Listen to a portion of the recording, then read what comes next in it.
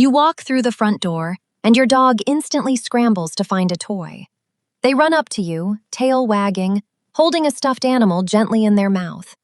But when you reach down to take it, they turn their head away.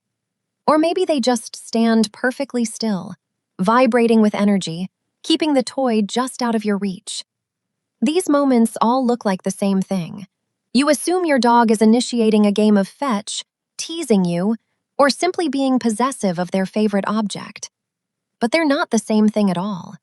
The dog dodging your hand and the dog vibrating with a toy are running a completely different psychological program.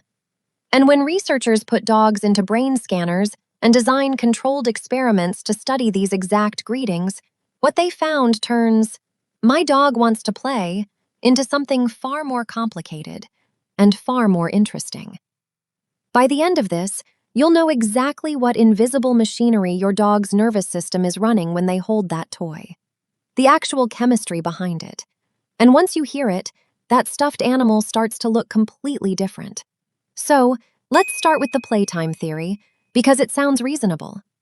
If your dog has a toy in their mouth, human logic says they want to play. We assume it's an invitation. Simple. But when we look at canine body language, that theory falls apart completely. They aren't dropping their front elbows into a play bow. They aren't making quick, evasive sprints. They are just standing there, vibrating with energy. But if they aren't trying to play with you, why do they need that toy the exact second you walk in? The answer is, they aren't playing. They are self-medicating. When you come home, your dog experiences a massive adrenaline spike. Their nervous system is peaking. By applying gentle, sustained jaw pressure to a soft object, they trigger a release of endorphins and dopamine in their brain. It acts as a mechanical tool to physically alter their own chemistry and lower their heart rate. It is a canine stress ball, but that chemical release is only half the picture.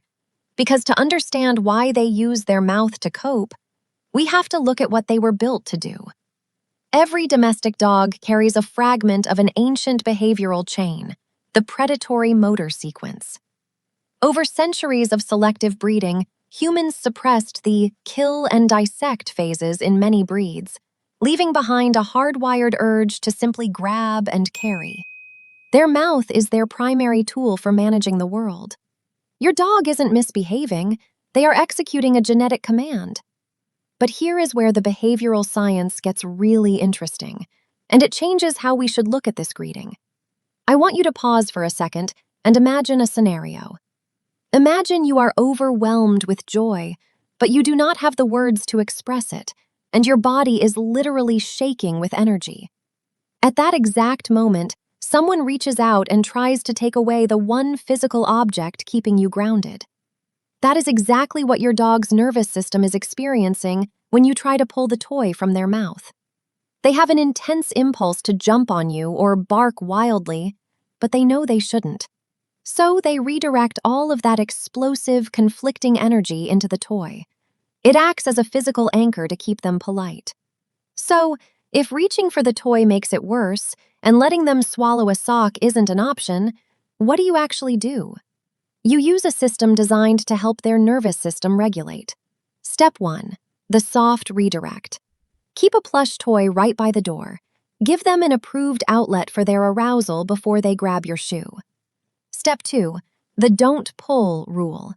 Pulling triggers conflict. Instead, use slow, calm petting on their chest, which has been shown to lower cortisol instead of fighting for the toy. Step 3. Texture rotation. Keep toys in a box and rotate them. Novelty makes the toy a stronger, more effective pacifier to their brain. When you do this correctly, you aren't just surviving the greeting. You are acknowledging something ancient.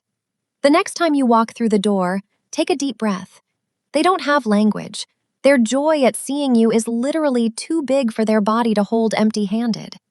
They grab that toy to keep their own nervous system from overflowing. When they stand there with a stuffed animal in their mouth, it's not a tease. It's the highest compliment they can give. If this changed how you see your dog's greetings, drop a comment below. What is the weirdest thing your dog has ever brought you? And if you've ever wondered why your dog obsessively licks your hands, that's the next video.